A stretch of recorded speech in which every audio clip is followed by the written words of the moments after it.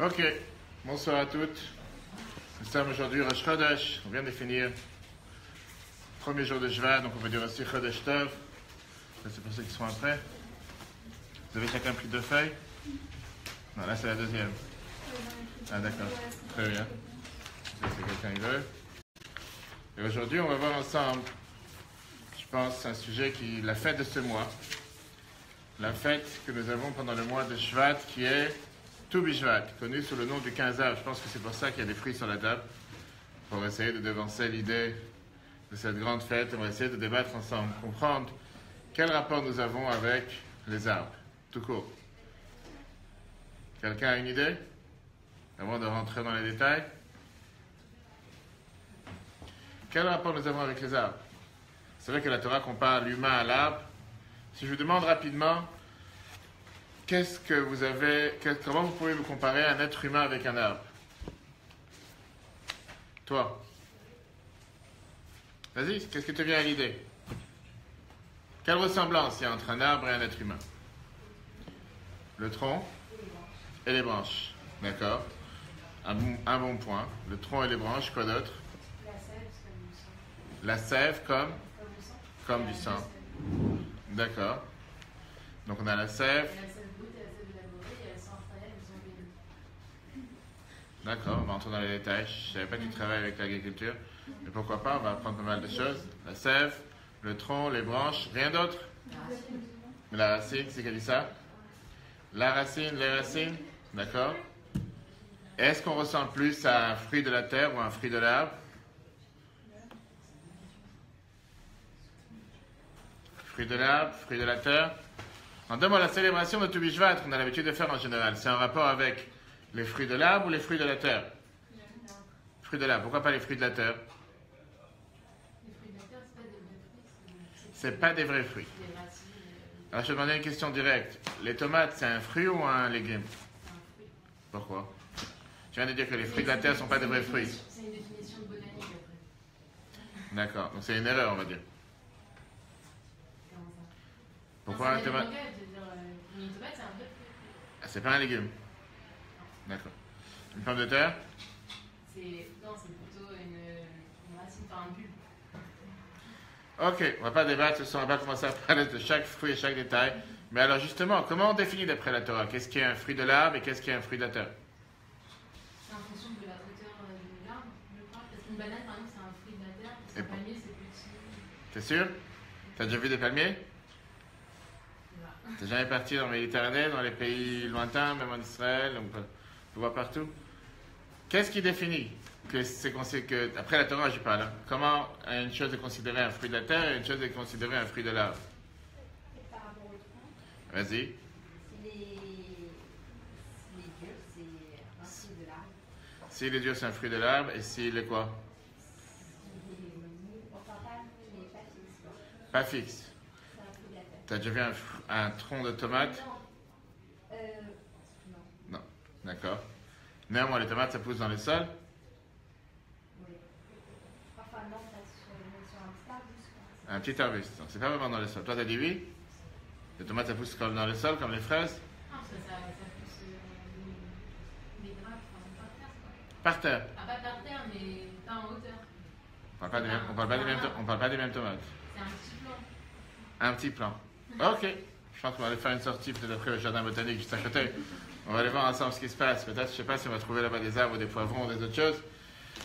Mais c'est ce qu'on va voir ensemble ce soir. Pourquoi on se prend la tête à faire une fête autour du nouvel an des arbres? En 2 mots, ça c'est l'idée de Rosh Hashanah la Ilanot qu'on va tout de suite voir ensemble. Pas seulement que c'est un jour important, c'est une date importante. On sait très bien que dans le calendrier juif, il n'y a pas beaucoup de Rosh Hashanah, même si on va voir comment la Gemara nous décrit différents Rosh Hashanah qui existent dans le calendrier hébraïque. On ne se prend pas la tête à faire un Rosh Hashanah pour les animaux, par exemple. Pourquoi on va faire un Rosh Hashanah particulièrement pour les arbres? Et pourquoi on se prend la tête à faire quelque chose en rapport avec les arbres? Et surtout, pourquoi la Torah elle compare l'humain à l'arbre? Alors oui, vous avez dit pas mal de points intéressants. On va développer ça ensemble aujourd'hui.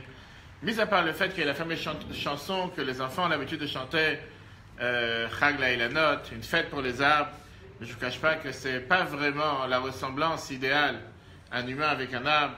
parce que pas tous les arbres, si on vous dit à quel arbre vous voulez ressembler, je ne vous cache pas qu'il y a beaucoup d'arbres qui n'ont pas forcément l'air beaux, pas forcément l'air grands, pas forcément qui sont fruitiers. Automatiquement, on ne voudrait pas ressembler à n'importe quel arbre ou à tous les arbres. Il y a certainement une raison principale pourquoi la Torah elle a voulu qu'on fête cette date avec un événement important et surtout l'enseignement que la Torah veut nous faire passer à travers cette fête qui est la fête de Tu Bishvat. On sait qu'en général, un mot dans la Torah a un sens et on sait, bonsoir, on sait qu'en général, deux feuilles, et on sait que Rosh Hashanah veut dire la tête de l'année. Qu'est-ce que ça veut dire la tête de l'année? En quoi est différent la tête de l'année qu'un jour normal dans l'année? Parce que dans la tête de l'année est inclus toute l'année qui va venir. C'est le commencement de l'année. En général, on dit que de la manière comment on se comporte dans l'année, la tête de l'année, c'est comme ça qu'on va se comporter tout le reste de l'année. Qu'est-ce que ça veut dire Rosh Hashanah et la Ilanot? Qu'est-ce que ça veut dire que ce jour-là, c'est le Rosh Hashanah, le premier jour dans lequel on va dire quoi? Que Dieu juge les arbres. À partir d'aujourd'hui, il y a quelque chose de particulier dans les arbres qu'il n'y a pas dans les autres choses.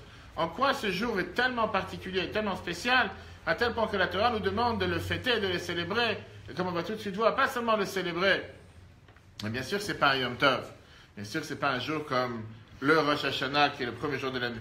Mais néanmoins, on voit qu'on a décidé de prendre à cœur et de faire quelque chose de particulier avec ce jour, qu'on ne fait pas avec tous les autres jours. Et c'est ce qu'on va essayer de chercher ensemble ce soir. Pourquoi? Pourquoi juste ce jour différent des autres jours? Si je vous demandais, depuis le départ, la réponse qu'on va voir à la fin, quel composant on a besoin pour réussir dans la vie? Un composant, deux composants, moi j'en ai deux. Dites-moi vous, on va faire un tour de table rapide. Qu'est-ce que tu considères? Si je te demande, qu'est-ce que j'ai besoin pour pouvoir réussir dans la vie? Qu'est-ce que tu dis? Deux mots. Un mot, deux mots, ce que tu veux. En un mot. Être vivant et avoir de l'énergie. Être vivant et avoir de l'énergie. Oui, je parlais pas au mort. Ça c'est bien sûr.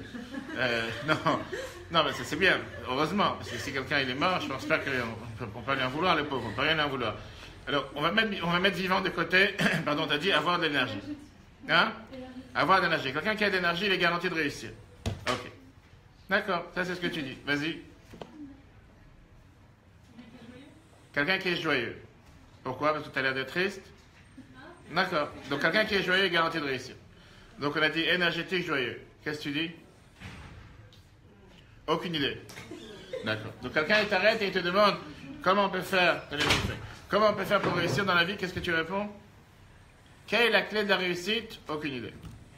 Comment on fait pour ne pas réussir? Quelle est la clé pour tout rater? Rater son école, rater ses études, rater ses dossiers, peu importe. Aucune?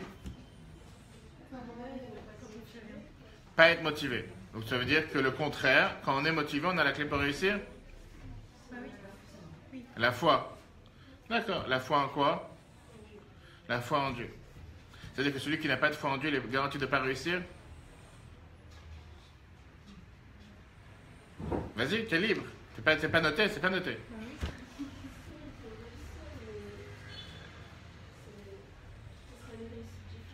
Une réussite différente.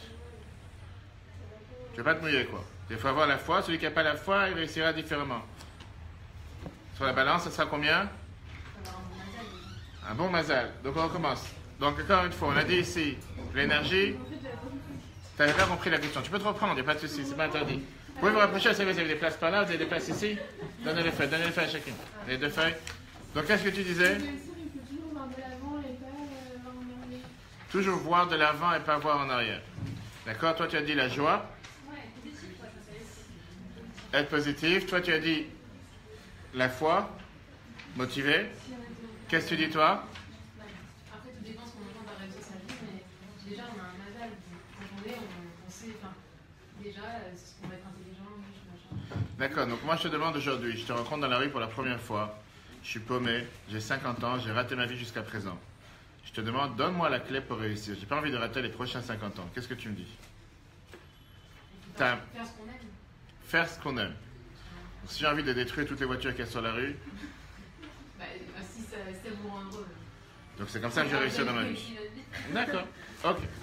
C'est bien, c'est intéressant. Heureusement qu'on n'est pas enregistré. Vas-y. Être travailleur. Quelqu'un qui est travailleur, il est garanti de réussir. Il n'est pas garanti, mais il se donne tous les moyens pour réussir. Se donne tous les moyens pour réussir. D'accord. Donc ça, c'est la clé pour réussir. Ok, pourquoi pas. Vas-y. De la volonté.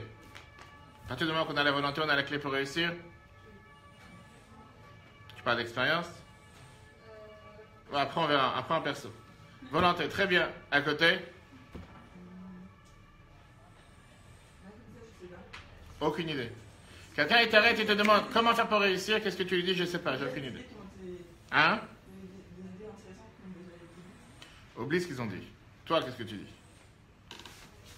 Faut savoir remettre ses échecs en question. Tu parles forcément qu'on doit avoir des échecs. Forcément. C'est pas possible que quelqu'un ait réussi ce coup. Ça dépend comment tu regardes sur quelque chose. Ça dépend si tu regardes, est-ce que quelque chose c'est un échec ou pas. Qui te dit que tout... Ça dépend. On peut débattre sur ça. Mais tu dis, mettre ses échecs en question, et comme ça on est garanti de réussir. Si le jour numéro 1 t'es arrivé sur Terre, c'est certainement c'était un échec. Parce que le bon Dieu voulait pas que tu arrives sur Terre ou tu arrivé par accident.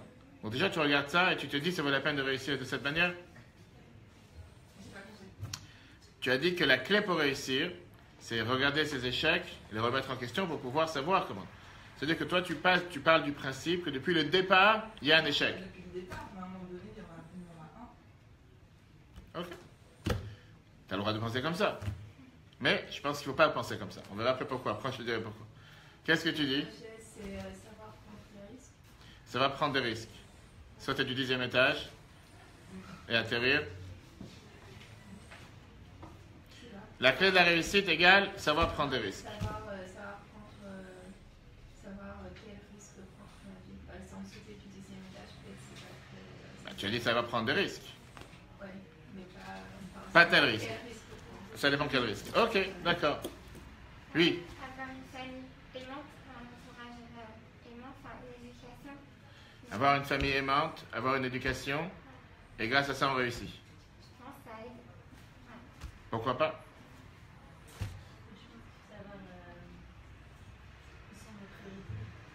Savoir où sont nos priorités. Et pas perdre de temps sur les choses qui Ne sont pas prioritaires. Et c'est comme ça qu'on a la clé pour réussir. Ok. Oui, Qu'est-ce que vous entendez par réussir? bonne question. Mais c'est moi qui ai posé la question. Réussir tout court. Quelqu'un il demande. Je te demande comment faire pour réussir dans la vie. Réussir dans les études, réussir dans mon couple, réussir dans les affaires.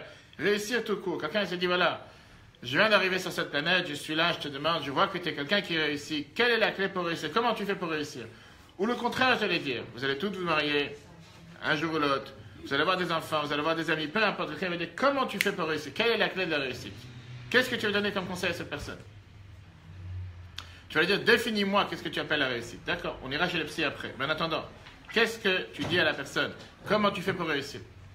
Je dirais savoir transformer ce qu'on peut interpréter comme un obstacle au premier abord en un constat.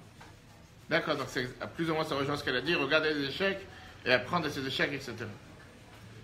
Ok. Je dis obstacle, je fais des choses. T'as pas dit le mot échec. Ok. Pardon. D'accord. Obstacle. Vas-y. Peut-être déjà, il faut avoir la volonté de réussir. Avoir la volonté de réussir, on est garanti de réussir. C'est la clé de la réussite. Non, pas forcément mais c'est nécessaire. Nécessaire. D'accord. Je pense qu'il faut être motivé Être motivé. et se remettre en question Se remettre en question. tout le temps. Ok. Être ambitieux et effectif. Être ambitieux et effectif. On peut faire un dictionnaire après tout ça. D'accord? Pourquoi pas? Savoir se donner les moyens Savoir se donner les moyens. D'accord. d'entreprendre. C'est magnifique tout ce qu'on vient d'entendre. Très riche. Tout est enregistré sur Facebook. Après, vous allez écouter vos réponses. Et vous allez voir. Pourquoi pas? Tout ce que vous avez dit, c'est vrai. On a besoin de tous ces composants. Mais aujourd'hui, on va apprendre de l'arbre. Qu'est-ce que l'arbre vient nous enseigner? Qu'est-ce qu'on apprend de l'arbre pour pouvoir réussir? Puisqu'on fait cet anniversaire de l'anniversaire qui est le Rosh Hashanah des arbres. Et si la Torah a voulu nous comparer à un arbre, certainement qu'on a quelque chose de particulier avec l'arbre qu'on n'a pas avec les autres choses. Parce que sinon, on n'aurait pas été comparé à un arbre. Et certainement qu'il y a certaines choses qu'on peut apprendre d'un arbre qu'on ne peut pas apprendre des autres choses. Et on va voir ensemble ce soir. Et on va voir ensemble ce soir quelle est la clé que la Torah veut nous donner pour pouvoir réussir quand on parle des arbres. Ok. Comme on l'a dit tout à l'heure, avant de commencer à rentrer dans les détails, il faut d'abord comprendre qu'il y a plusieurs Rosh Hashanah dans le calendrier juif. Il y a le Rosh Hashanah que tout le monde connaît, mais il y en a d'autres. On va prendre ensemble un morceau de Gemara, Mishnah, vous avez le chapitre 1, Qu'est-ce que le nouvel an des arbres? Dans la Mishnah Rosh Hashanah, chapitre 1, première Mishnah nous dit la chose suivante. Premier nouvel an, je lis le premier paragraphe. Premier nouvel an de la Mishnah, celui des fêtes et des rois, doit être lié au dernier nouvel an, celui des arbres. Regardez sur le texte, il existe 4 Rosh Hashanah. D'abord, je lis, après je vous expliquerai les détails. Le 1 Nissan, le premier Nissan, c'est le nouvel an pour comptabiliser les années des rois. Et aussi, c'est le nouvel an des fêtes. Le deuxième, premier Elul, le nouvel an est la date d'arrêt des comptes pour la dîme des animaux. Le troisième, premier Tishri, le nouvel an pour le décompte des années. Et le quatrième, premier Shvat, aujourd'hui, le nouvel an pour la dîme des fruits, de l'arbre selon l'école de Shammai. L'école d'Hillel nous dit c'est le 15 Shvat, connu sous le nom de Chamisha Asar Bishvat, ou bien connu sous le nom de Tu Bishvat. Qu'est-ce que veulent dire ces différents Rosh Hashanah qu'on vient de voir? On va les expliquer rapidement. Premier Nissan, ça veut dire, on a dit, c'est le Rosh Hashanah des rois. Rashi nous explique, c'était l'année dans laquelle on avait l'habitude de commencer à compter pour un roi. Alors c'est vrai qu'ici, les présidents, je ne sais pas si c'est début mai, début avril, ou bien début juin, mais d'une date à une autre, à partir de là, il est devenu le nouveau président. Dans la Torah, dans la Mishnah, c'était à partir du, on a dit, le premier Nissan. À partir du premier Nissan, c'était le Rosh Hashanah pour le roi. Peu importe s'il est devenu roi 2 mois avant, Rosh Hashanah, le premier Nissan arrive, ça commence la deuxième année. Ça, c'était le calendrier, comment calculer pour les rois. Automatiquement, s'il est devenu, par exemple, roi aujourd'hui, le premier Shvat, arrive le premier Nissan, on va dire qu'il commence sa deuxième année de règne, et s'il va durer comme ça 3 ans, même s'il y avait une année avec que 2 mois, c'est pas grave, ça lui fait 3 ans. Pourquoi il n'y a pas le temps, on ne rentre pas maintenant dans les détails de chaque Rosh Hashanah, mais ça, c'est l'idée. Qu'est-ce que ça veut dire le Rosh Hashanah des rois? Bien sûr, on voit dans la paracha de cette semaine, qu'on lit la paracha de Bo, première mitzvah que Dieu demande, Moshe demande au peuple juif, avant même de sortir d'Égypte, de se faire un calendrier. Et dans la paracha de cette semaine, on nous voit le devoir, comment la première fête, c'est la fête de Pessah. Fête de Pessah qui d'ailleurs dans la Torah est considérée le 15 du premier mois. Le mois de Nissan, comme on vient de voir, c'est la fête de Pessah. Rosh Hashanah, c'est en général le premier du 7e mois. Le calendrier hébraïque commence, les mois sont comptés à partir du mois de Nissan. Ça, c'est aussi ce que la Mishnah nous dit, que le premier Nissan de Rosh Hashanah des fêtes. Après ça, on a vu le Rosh Hashanah pour la dîme des animaux. De quoi on parle? On parle de la dîme des animaux à l'époque, dans le temple. On avait l'habitude d'amener ce qu'on appelle le maaser, la dîme des animaux, quand quelqu'un il avait un troupeau. On n'avait pas besoin, comment on calculait quand sont nés les troupeaux, quand sont nés les animaux, etc. Il ne fallait pas garder un calendrier ou sur Google ou sur n'importe quelle autre plateforme pour savoir quand est-ce n'importe quelle vache a eu un veau ou quand n'importe quel animal est né dans mon troupeau. On faisait un calcul de combien de nouveaux animaux j'ai eu depuis le premier Elul au premier Elul. Ça, c'était une année. Qu'il y en a un qui est né la veille, qu'il y en a un qui est né à 9 mois. Ça, c'est dans cette année-là, je vois si j'ai eu, par exemple, 500 nouveaux animaux. À ce moment-là, je devais amener en sacrifice la dîme, le maaser, 50 animaux. Et c'était calculé de telle date à telle date, pour avoir un calendrier clair. Je pense aujourd'hui que aussi ceux qui travaillent dans les fermes, dans les animaux, on ne pas s'amuser à avoir un calcul précis pour savoir, bien sûr qu'on veut savoir les dates, combien chacun il a. En général, on sait que dans l'année, il y a eu tant de nouvel animal, etc. Et bien sûr, le dernier qui nous concerne aujourd'hui, Rosh Hashanah des arbres, tout à l'heure quelqu'un a parlé de la sève justement.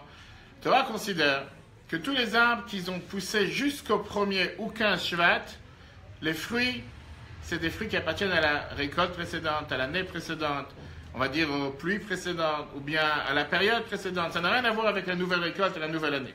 À partir du 1er Shvat ou le 15 Shvat pour l'école de Hillel, on va considérer que c'est les nouveaux fruits, c'est les nouvelles récoltes, ça pousse grâce à la pluie qui vient de tomber maintenant les derniers mois, et automatiquement c'est considéré une nouvelle récolte. C'est la raison pour laquelle on fait Rosh Hashanah à partir du 1er Shvat ou bien le 15 Shvat. Est-ce que jusqu'à là c'est clair? 4 différents Rosh Hashanah. Aujourd'hui, on va s'arrêter, on va décortiquer, si on peut dire, qu'est-ce que veut dire ce Rosh Hashanah des arbres? Clair ou pas clair? N'hésitez pas, d'accord? Ça, ce sont les 4. Très bien. Mais on sait aussi que le Sefer Yetzirah, qui est un livre connu de la Kabbale, surtout on dit que l'auteur c'était ou Avraham Avinu ou même Adam Arishon, nous dit la phrase suivante: la fin est liée au début et le début est lié à la fin. Le fait que la Gemara, la Mishnah, nous dit que le premier Nissan, c'est le Rosh Hashanah des rois et des fêtes, et que le dernier Rosh Hashanah, c'est le Rosh Hashanah des arbres, il y a certainement un point commun entre les deux. Quel rapport il y a entre le Rosh Hashanah des arbres et le Rosh Hashanah des rois ou des fêtes? Pour comprendre ça, il faut d'abord essayer de comprendre qu'est-ce que veut dire Rosh Hashanah tout court. Et si on va élargir le débat, pourquoi on est schizophrène de l'agriculture dans la Torah? Il n'y a pas une fête qui n'est pas en rapport avec l'agriculture. Alors, je ne sais pas s'il y a des agricoles ici ou des parents, des grands-parents, mais en Seine-et-Marne, d'où je viens, parce que je suis le directeur du bétravage de Seine-et-Marne, c'est vrai qu'il y a beaucoup de champs, on voit des gens qui travaillent dans les terrains, qui travaillent dans les champs. Ce n'est pas la norme aujourd'hui. Je ne pense pas qu'aujourd'hui, la majorité des gens ne travaillent pas dans les champs. Ça ne veut pas dire que c'est un mauvais travail, c'est un travail énormément important et heureusement qu'ils sont là, parce qu'on a besoin de gens qui travaillent dans les champs. Mais pourquoi la Torah, elle tourne autour de l'agriculture? N'importe quelle fête que nous avons, je parle bien sûr des fêtes que la Torah mentionne, comme on va tout de suite voir, sont en rapport avec ce qui se passait dans les champs.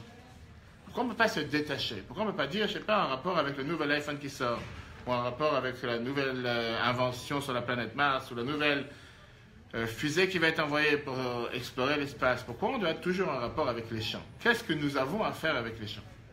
Vas-y. Moi, j'ai peut-être une idée, c'est que à l'époque d'Adam et Chava, avant la faute, ils n'avaient pas besoin de cultiver la terre parce qu'on dit que en fait, ils pouvaient même se nourrir, les arbres étaient comestibles en eux-mêmes, ils n'avaient pas à travailler la terre.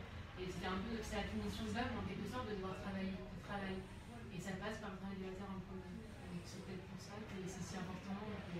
D'accord. Donc puisqu'on retourne avec Adam et Chava, tu dis, on remonte vraiment au tout début. Et comme eux, ils n'avaient pas besoin de cultiver la terre, pour ça, nous, on doit être forcément connectés à la terre. D'accord. Si tu veux. Quelqu'un d'autre? Pourquoi on est dépendant tellement des champs?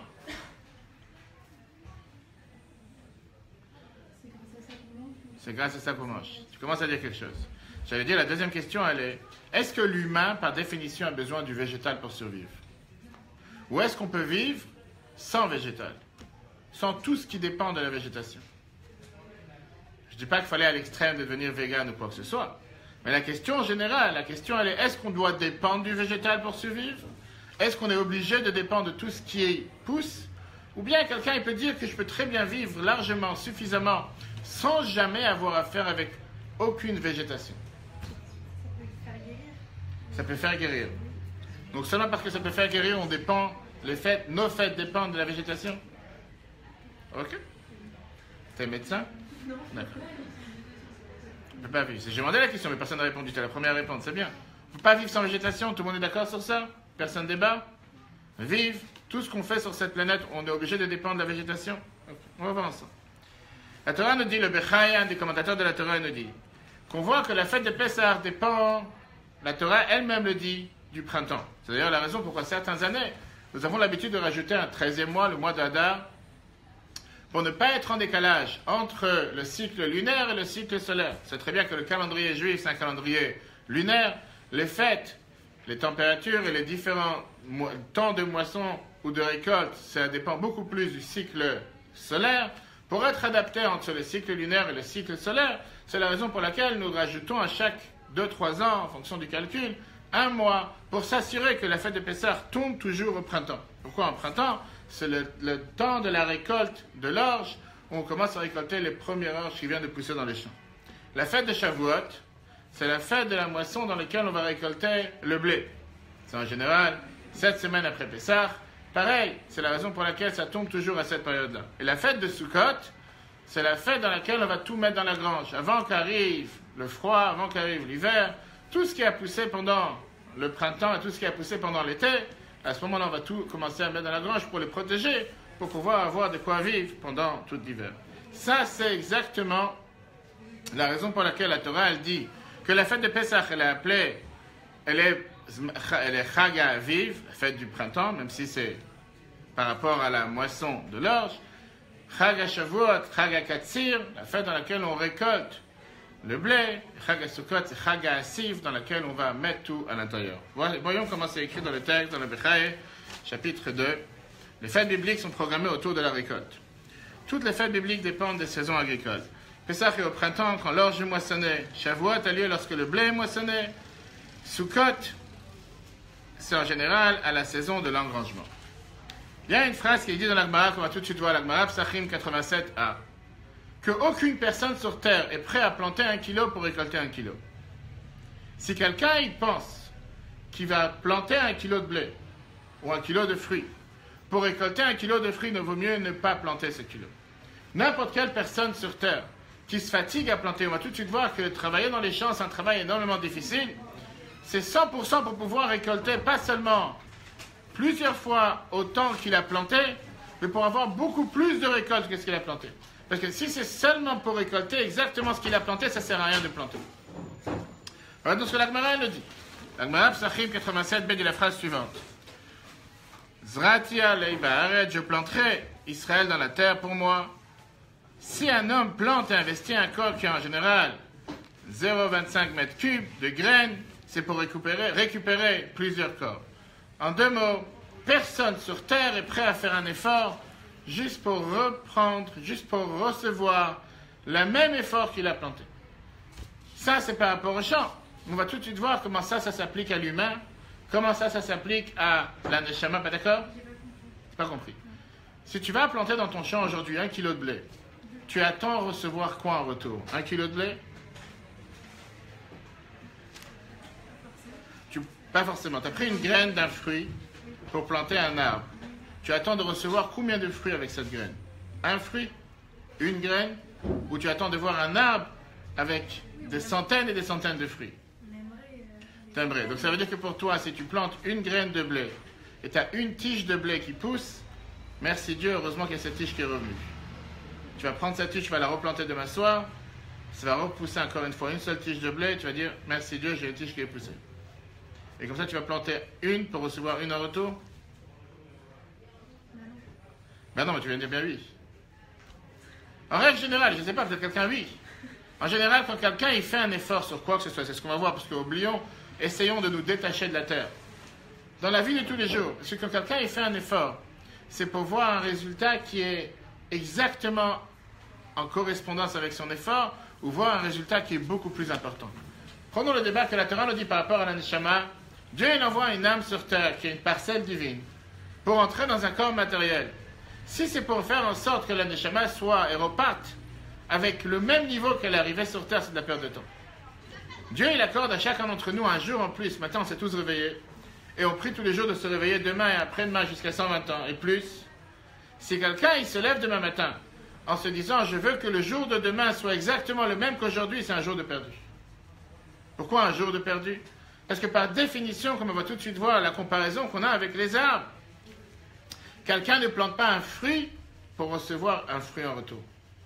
Si quelqu'un il plante un fruit en se disant ça me suffit que l'arbre donne un fruit, c'est de la perte de temps. Quand on sait combien de fatigue, combien de temps, combien d'attention il faut avoir par rapport à un arbre, que ce soit en plantant, en arrosant, la température, le climat, le soleil et tout ce qui se passe pour finalement voir le fruit.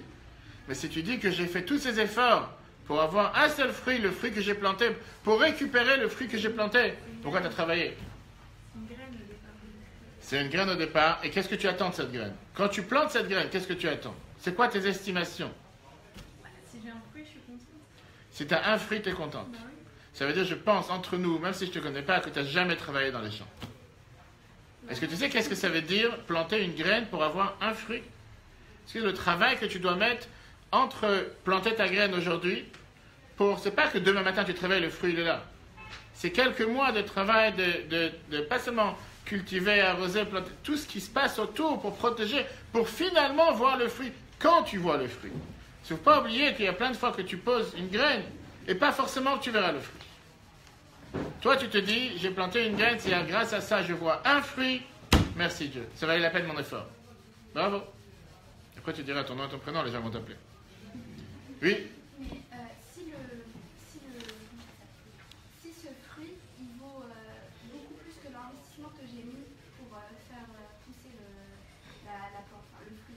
Le fruit, ça vaut quelque chose. Parlons clair. Tu as une pomme. Si T'as une pomme. Ça vaut 3 fois plus que la graine que j'ai pu planter. Je suis tout à fait d'accord avec toi. Tu as une pomme, tu as enlevé une graine d'une pomme, tu l'as plantée dans ton champ.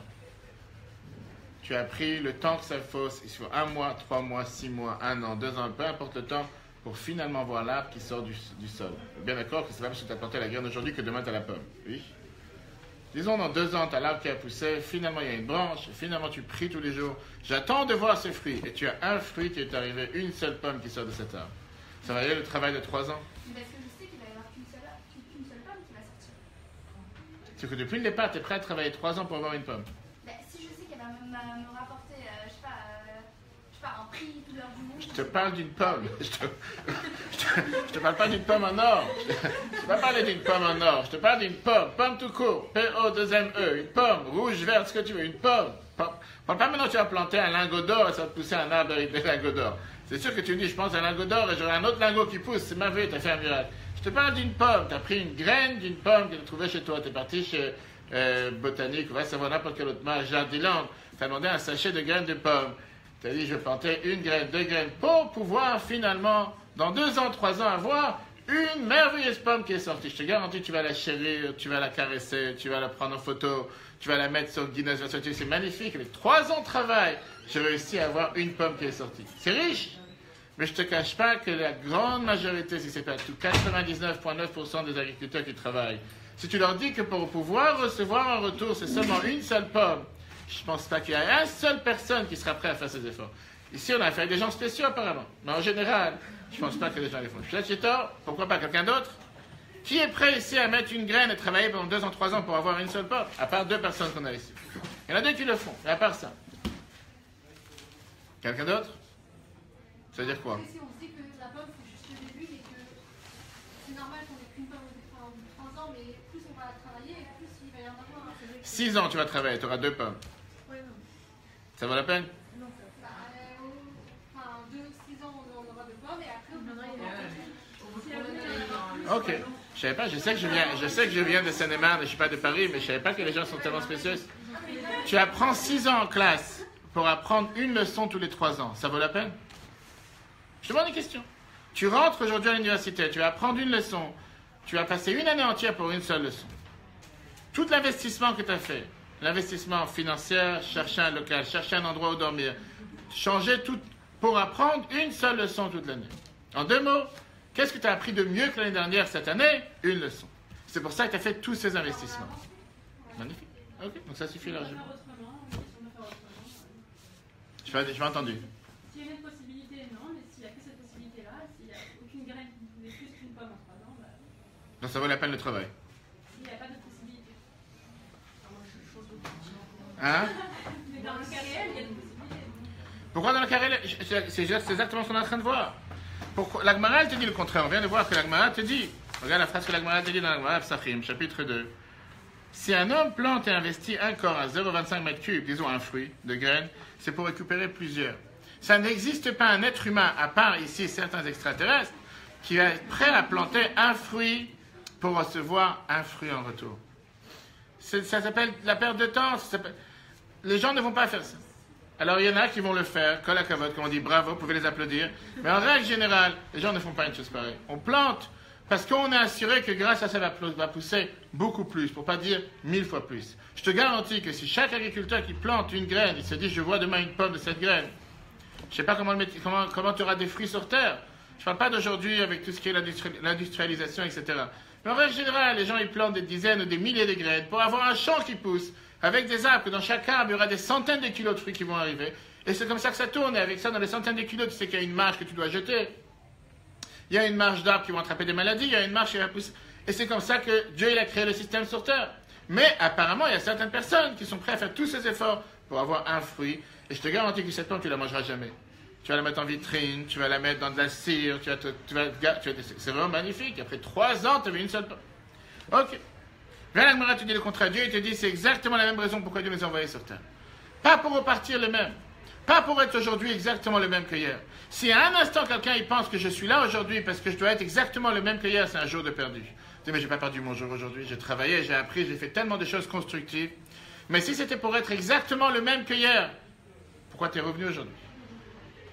Pour faire un copier-coller, il y a les ordinateurs pour ça. Pas besoin d'avoir un être humain qui fasse exactement la même chose. Ça, c'est le premier point, le premier enseignement que la Torah nous apprend. Pourquoi on est comparé à un arbre? Pourquoi on est comparé à un arbre? Pourquoi les Neshamot sont comparés à un arbre? Parce que la Torah elle te dit que quand tu plantes, par la force des choses, tu vas avoir beaucoup plus. Si tu plantes et tu penses que tu vas avoir exactement les efforts que tu as plantés, va pas planter. Va pas te fatiguer, ça sert à rien. Je ne parle pas maintenant des humains. Je ne parle pas maintenant de tout ce qui est dans le monde médical, dans tout ce qui est le monde de la fertilité, combien de gens vont être prêts à faire tellement d'efforts pour avoir un enfant. Et là, oui, je peux pas seulement être d'accord avec toi, mais je sais que 100% qu'il y a des gens qui sont prêts à faire des efforts sans fin, 1 an, 2 ans, 3 ans, que Dieu nous en préserve, que j'ai un problème de fertilité, qui vont tout faire pour pouvoir finalement avoir un enfant au bout du compte. Là, je t'accorde. Mais on ne parle pas de ça. Je ne pense pas que tu as un pâtissier qui se lève à 3 heures du matin pour que finalement, après 5 heures de travail, il y a une baguette qui sort. Tu as dit que oui tout à l'heure. Peut-être. Mais je ne cache pas que la baguette ne va pas coûter 1 euro. S'il a travaillé 4 heures pour que finalement il peut récupérer une baguette de tout ce qu'il a fait toute la nuit, il laisse tomber. Pourquoi j'ai travaillé toute la nuit? Je vais te dire plus que ça. On parle entre nous, personne ne nous entend. Un être humain, par nature, cherche à avoir une satisfaction de ses efforts. Encore une fois, l'être humain normal. Mais quand même, on va rejeter cette parenthèse. Il y a des gens non normes. Qu'est-ce que ça veut dire avoir une satisfaction de ses efforts? Si quelqu'un ne voit pas le fruit de ses efforts, il ne fera pas d'efforts. Si quelqu'un, il pense un instant que non, moi je travaille, je suis aveugle. Je n'ai pas besoin de voir de fruit de mon effort. Moi, je travaille parce qu'il faut travailler, parce que je suis une machine à travailler. Comme quelqu'un l'a dit tout à l'heure, il faut être travailleur, je travaille. Ah, il n'y a pas de fruits, qui a besoin des fruits? L'essentiel, c'est que j'ai planté. Va dire à ton patron que depuis 3 ans, tu plantes, il ne voit pas une pomme qui pousse. Quelle différence il y a des pommes qui poussent? Moi, j'ai planté. Ou il va te dire que tu as pris des mauvaises graines, ou tu ne sais pas arroser, ou tu ne sais pas planter, ou tu as planté dans du ciment. C'est normal que ça ne pousse pas. Mais tu ne pourras pas venir lui dire, après 3 ans, il y a une pomme qui a poussé, je dois recevoir mon salaire. Qu'est-ce que tu as fait sur Terre? En 3 ans, tu n'as rien fait. Mais tu dis, j'aurais pas travaillé, mais il n'y a pas de résultat. Il n'y a pas de résultat. Ça veut dire que tu ne travailles pas. Ça fait de la peine pour la personne. Mais il faut travailler différemment s'il n'y a aucun résultat. Mais apparemment, vous deux, vous n'êtes pas d'accord. Hein? Tu as le droit.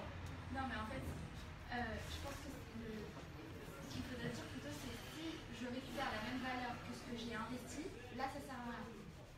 Parce que si l'objet en lui-même il est différent, alors là, il risque d'avoir un rendement qui est différent.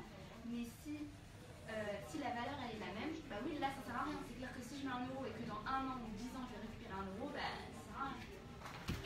Et donc, on se rejoint. Donc, je rejoins. D'accord, merci. Non, mais je me sentais mal.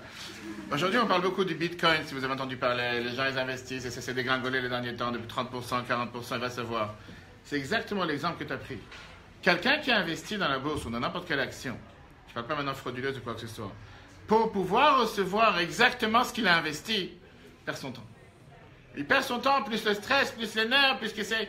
Ça ne sert à rien d'avoir investi. Alors bien sûr que quelqu'un, il espère qu'au pire, il ne perdra pas son capital. Mais ça, c'est au pire. Il n'a pas investi pour avoir exactement au bout du compte, exactement la même somme qu'il a investi. Sinon, à quoi ça sert d'avoir investi? Ok. Bien, le Tanya, l'Admor Azaken nous dit qu'il y a ici une autre condition préalable à la réussite. Donc, on vient de voir que la première chose pourquoi on est comparé à un arbre, c'est le fait qu'on doit se dire que si on plante une graine, c'est forcément pour avoir beaucoup plus que l'effort qu'on a investi. Sinon, ça ne sert à rien de faire un investissement. Deuxièmement, d'accord, 2 points communs qu'on apprend de l'arbre. Et ça, c'est ce que le Tanya nous explique, que pour une graine qui puisse planter, qui puisse pousser dans la terre, on a d'abord besoin d'une condition sine qua non, que sans ça, l'arbre ne pousse pas. Quoi? Personne? De l'eau, si tu veux, mais pas que ça. Qu'est-ce qu'on a besoin par rapport à la graine pour qu'après on puisse voir un arbre qui pousse avec des fruits? Une condition sine qua non par rapport à la graine. La planter, heureusement. Tout à l'heure, tu as dit vivante, maintenant j'ai dit planter. C'est bien? Je sais pas. Ok. Mais heureusement, si tu la plantes pas, il risque pas de pousser. Un milieu avec de l'eau et ça. Tu peux faire humoriste sur Terre. Tu peux faire humoriste. C'est toi qui as dit, ah, d'accord. Hein? Il y a un milieu avec tous les nutriments. Un milieu, tu as entendu parler une fois d'une décomposition? Une décomposition totale. De la graine. De la graine. 100%, ce qui s'appelle que la graine doit pourrir dans la terre, totalement se décomposer, et c'est seulement une fois qu'elle devient presque néant qu'après peut pousser de ça un arbre. Je regarde des œufs bizarres. C'est vrai, je sais pas, la vérité. Va après sur Internet, tape quel est le processus pour une graine. T'es pas obligé de croire, tu vas après sur Internet, là, je suis pas coupé. Tu tapes sur YouTube et tu vas voir, ils vont te dire quel est le processus à faire pour pouvoir prendre une graine, ce jardin-là, on devra savoir où faire pousser un arbre. C'est tout le processus. À voir qu'il faut que la graine pourrisse dans la terre. Prenez les feuilles. Afin qu'après ça pousse. Parce que la force naturelle que Dieu l'a donnée dans le végétal pour pouvoir pousser va faire en sorte de développer à l'intérieur de cette graine qui s'est décomposée, de pouvoir être un nouvel être de donner naissance à une nouvelle vie, de donner naissance à un nouvel arbre, de donner naissance à de nouveaux fruits, de nouvelles branches, etc., etc. Viens la Torah et te dit que c'est exactement la même solution numéro 2 qu'on a besoin pour pouvoir réussir dans la vie. Mis à part le fait que personne ne fait un investissement pour avoir exactement le même retour, on a le devoir d'être, si on peut dire, décomposé. Mais qu'est-ce que ça veut dire décomposé? Quelqu'un qui rentre en classe, pas ici, dans une classe normale, et qui demande de vouloir apprendre à condition qu'il connaît déjà tout, il est en train de perdre son temps dans cette classe.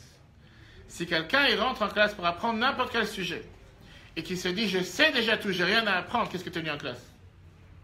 La première condition, comme l'Admour Azaked explique dans le Tanya, pour pouvoir réussir à apprendre un nouveau sujet, une nouvelle idée, c'est de se mettre en retrait, de se contracter, de se dire « je suis maintenant néant, ma tête est vide, et j'essaye d'absorber cette nouvelle idée ». On peut être d'accord, pas d'accord, débattre, pas... Mais la première des choses, si quelqu'un vient avec une tête pleine, si quelqu'un vient avec tout son être en disant « je suis là, j'existe, j'ai rien à apprendre », la porte est grande ouverte pour être venu. C'est la condition par rapport à la réussite, et c'est la condition pourquoi Dieu il a demandé qu'une neshama rentre dans un corps, mais pour pouvoir réussir, être totalement soumis à la volonté de Dieu. Si le pied décide de ne pas faire ce que la tête lui demande de faire, c'est un grand problème. En règle générale, c'est le problème, c'est le signe numéro 1 qu'il y a une maladie sur la personne. Parce que le pied, par définition, il n'est pas là pour réfléchir. Il y en a peut-être qui ont la tête dans les pieds. Mais en règle générale, le pied est là pour suivre les ordres. Qu'est-ce que ça veut dire suivre les ordres? La tête donne la commande au pied de bouger. Et c'est la raison pour laquelle le pied bouge. C'est bizarre ce que je dis. Non? D'accord. Après, je te montrerai tes détails. Il y a un hôpital à côté. Je sais pas, je fréquente les hôpitaux, je suis aumônier, je vais régulièrement dans les hôpitaux, je vais même en prison. C'est quelque chose de normal, que Dieu nous en préserve. On voit des fois des gens qu'il n'y a pas de corrélation entre la tête et le pied. J'ai jamais vu. Merci. Pourquoi? Tu as une fois demandé pourquoi, qu'est-ce qui se passe? Comment ça se fait que la personne essaie de te dire bonjour? Je sais pas si tu as remarqué, j'ai rencontré malheureusement une fois quelqu'un qui a reçu une balle dans la tête. Un juif. Et la balle a traversé la tête, elle est restée à l'intérieur, elle n'est pas sortie. Et ça a causé un dommage, un dégât collatéral. La personne est toujours vivante. Et puisqu'il y avait toute cette, cet enflement, ce gonflement dans la tête, il fallait mettre une sonde de l'autre côté pour enlever. Bref, longue histoire. Mais au final, jusqu'à aujourd'hui, quand tu lui dis bonjour, ça prend quelques secondes, voire 5, 10, 15 secondes pour que son bonjour, il arrive vers toi. C'est quand tu serres la main à quelqu'un, en général, quelqu'un il te serre la main directement. Là, tu vois clairement ce qu'on est en train de dire, que de la tête, que la commande de la tête lui fasse réaliser qu'il faut qu'il tende la main, ça prend quelques secondes. Que pour une personne normale, on ne se pose même pas la question, c'est tout à fait logique. Mais comme il y a un décalage entre les commandes de la tête et le reste du corps, automatiquement c'est pour ça que ça prend du temps. Vous avez déjà rencontré des gens pareils? Que Dieu nous en préserve, et ça existe malheureusement. C'est quand on voit quelqu'un avec une difficulté dans la santé, c'est là qu'on comprend la valeur de la santé. En général, non. Ça, c'est la deuxième, on va dire, commande que Dieu nous donne par rapport à l'arbre. De la même manière que la graine, elle doit totalement se décomposer pour pouvoir donner naissance à un nouvel arbre, si moi je veux pouvoir me rapprocher de Dieu, si je veux pouvoir faire ce que Dieu il attend de moi, Dieu il envoie la neshama dans les corps, à condition qu'on se met en mode soumission. Ça ne veut pas dire être un esclave, ça ne veut pas dire ne pas comprendre, ça ne veut pas dire ne pas réfléchir. Dieu il attend qu'on réfléchisse, Dieu il veut qu'on réfléchisse, Dieu il veut qu'on pose des questions, Dieu il veut qu'on s'intéresse. Et on doit réfléchir. Mais la première des choses est d'être d'accord du fait que je suis terrestre, matériel, limité. Je suis en train d'essayer de comprendre la Torah de Dieu qui est illimitée, qui est spirituelle, qui est beaucoup plus grand que moi. Comme on dit tous les matins dans la prière, Dieu m'a donné un cadeau de nous avoir donné sa sagesse. J'essaie de me contracter pour laisser la place à ce que Dieu nous a donné comme cadeau et essayer de l'analyser et de le comprendre. Et après, bien sûr, le mettre en application avec les moyens que Dieu m'a donnés. D'accord? Pas d'accord? Clair? Pas clair? Vous pouvez dire non, pas interdit. Troisième composant, d'abord dans le texte, plantation de récolte dans le service divin. Premier enseignement, les plis qui poussent à partir d'un grain semé, ainsi que l'arbre et ses fruits qui poussent à partir d'une graine plantée, ne font pas partie pour autant de l'essence du grain de la graine originale, car ces derniers se sont décomposés dans la terre, et c'est le pouvoir de faire pousser de la terre qui produit le résultat. Cependant, ce pouvoir n'exprime son potentiel qu'une fois la graine originelle décomposée en elle. Puis le Rabbi nous dit, de même, l'âme ne peut pousser que si l'homme est dans un esprit de soumission comme une décomposition. C'est alors que l'âme pousse incommensurablement. Pourquoi on dit ce mot? Tout à l'heure, certains ont dit qu'on plante un fruit pour avoir un fruit en retour. Comme une nouvelle existence. Mais là, on a un prochain enseignement, qui est la fameuse phrase que David Amelech dit dans les psaumes et qu'on dit en général à chaque fois avant de faire Birkat Hamazon. Fameuse phrase qui nous dit qu'Azorim Bedima dans le psaume 126, ceux qui sèment avec des larmes récoltent avec la joie. Ça ne veut pas dire que ceux qui sèment avec la joie récoltent avec des larmes. Ça veut dire qu'en général, ceux qui se fatiguent et ceux qui mettent des efforts, il y a une phrase que la Torah nous dit que quelqu'un qui met des efforts sur quoi que ce soit, il est garanti d'avoir un résultat. Quelqu'un qui ne met pas d'efforts et il a un résultat, ça existe aussi. Mais ce n'est pas la norme. La norme, il est que quand tu veux avoir un gâteau, tu dois forcément passer par le processus d'acheter le blé ou d'acheter la farine aujourd'hui et de pétrir, de mettre des ingrédients, de mettre dans le four, de ressortir, de remettre, mettre au congélateur, remettre dans le four. Va savoir les différents processus que tu peux avoir, des fois 6 heures, 1 heure, une journée, pour finalement, tu pries que ce gâteau il sorte. Et quand le gâteau il est sorti brûlé, qu'est-ce que tu vas faire? Tu as perdu 10 heures, tu as perdu 5 heures, tu as perdu 6 heures, mais en tout cas, tu mets des efforts pour pouvoir avoir un résultat. L'Agmara nous dit qu'il y a une fameuse phrase, une différence entre un agriculteur juif et un agriculteur non juif. C'est que par le peuple juif, par définition, on est ma'amin bechaya olamim vezorer. Tu as 2 champs l'un côte à côte. Un champ qui est propriétaire d'un juif, un champ propriétaire d'un non-juif. Sur les deux va venir la pluie. Les deux, ils vont pousser. Les deux vont certainement, peut-être c'est des copains d'enfance, peut-être ils vont faire ensemble les mêmes efforts.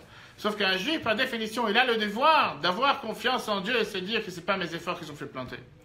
Je suis ma'amin bechaya olamim, je crois en Dieu, vezorer à celui qui fait pousser. Pourquoi?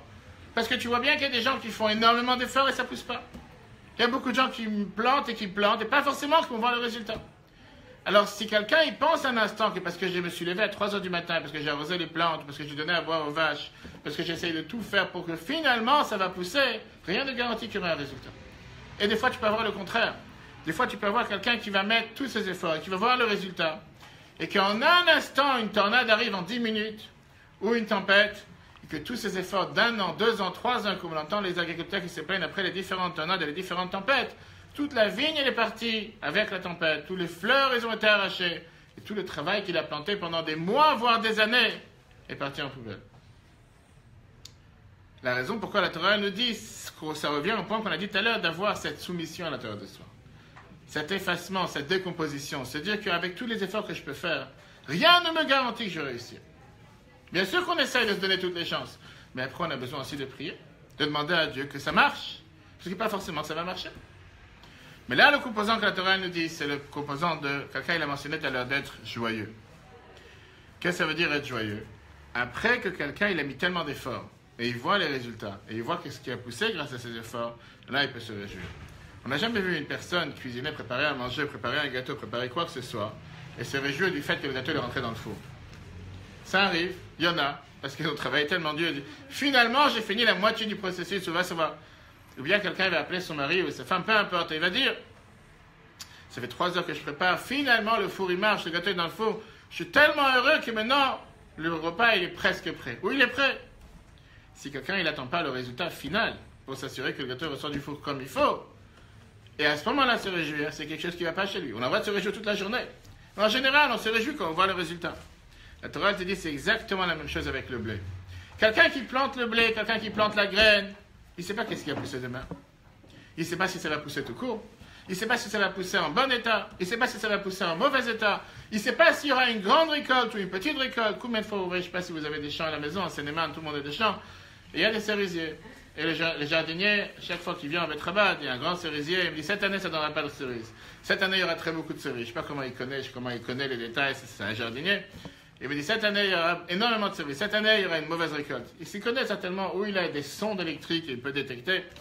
À la vue de l'arbre, il peut te dire cette année il n'y aura rien. Cette année il y aura beaucoup. Cette année il y aura énorme. Il y en a des arbres qui font 1 sur 2, une année sur 2. Mais en règle générale, quelqu'un il se réjouit une fois qu'il voit le résultat final. C'est exactement la même chose avec la Neshama que Dieu a donnée à chacun d'entre nous. Ça ne veut pas dire qu'il faut attendre 120 ans pour se réjouir. Mais la Neshama, elle se réjouit, l'âme que Dieu a donnée à chacun d'entre nous se réjouit une fois que le travail a été accompli. Comme j'ai dit tout à l'heure, si le jour d'aujourd'hui c'est un jour qui est exactement le même que hier, c'est un jour de perdu. Ça ne veut pas dire que pour ça il faut pleurer. C'est qu'il faut se dire qu'il faut toujours aspirer à vouloir être différent du jour d'aujourd'hui. Toujours vouloir se dire que demain doit être mieux qu'aujourd'hui. Pourquoi? Encore une fois, on est toujours sur le même débat de tout à l'heure, on a été comparé à un arbre. Si un jardinier voit son arbre, que pendant 1 jour, 2 jours, 1 mois, 2 mois, il ne bouge pas, il ne change pas, automatiquement, il détecte qu'il y a une maladie sur cet arbre. C'est pas normal. C'est pas une arbre de tomate, comme on l'a dit tout à l'heure, qui risque pas de monter à 2 mètres, 3 mètres de haut. Et si tu as un tomatier, on va dire, ça c'est un fruit qui monte à 3 mètres de haut, il y a quelque chose qui ne va pas avec ces tomates. Mais en général, ce n'est pas le cas. Un arbre, par définition, pourquoi on a été comparé à l'arbre? Parce qu'un arbre, par définition, ça bouge, ça monte, ça grandit, ça avance, ça ne reste jamais le même. Et si jamais un arbre reste le même, ça veut dire qu'il est mort. Il peut être très beau, il peut être debout. J'ai déjà vu plusieurs fois des arbres qui avaient l'air magnifiques. Et que le jardinier, il est arrivé, il m'a dit, il est mort. Je sais qu'il est mort, il est debout, il n'a pas changé pour moi, il est le même hier ou avant-hier. Mais le fait qu'il ne grandit pas, le fait que les branches ne font plus de fleurs, pour l'instant, le tronc, tout est toujours présent. Mais le fait qu'il ne donne plus de fruits, automatiquement, il y a quelque chose qui ne va pas. Exactement la même chose avec l'humain, regardons dans le chapitre 4. Plantation de récolte dans le service divin. On a vu ce que le roi David nous dit dans Télim, ceux qui sèment dans les larmes, avec les larmes, récolteront dans la joie. De même, dans le travail d'Israël, la plantation et la soumission produiront la joie de voir le dévoilement qui aura poussé. En fait, dans le travail spirituel, la joie de l'élévation n'est pas qu'un résultat. C'est la joie même qui produit l'élévation. L'élévation incommensurable ne peut arriver qu'avec la joie. Je termine d'avoir la phrase. Dernière ligne. La nature de la joie est de briser les barrières et les limites de l'homme. Frère Rabbi nous dit qu'il y a ici un point encore beaucoup plus important. Ce n'est pas seulement que je me réjouis une fois que j'ai vu le résultat. C'est que grâce à la joie, je fais en sorte que le résultat il arrive.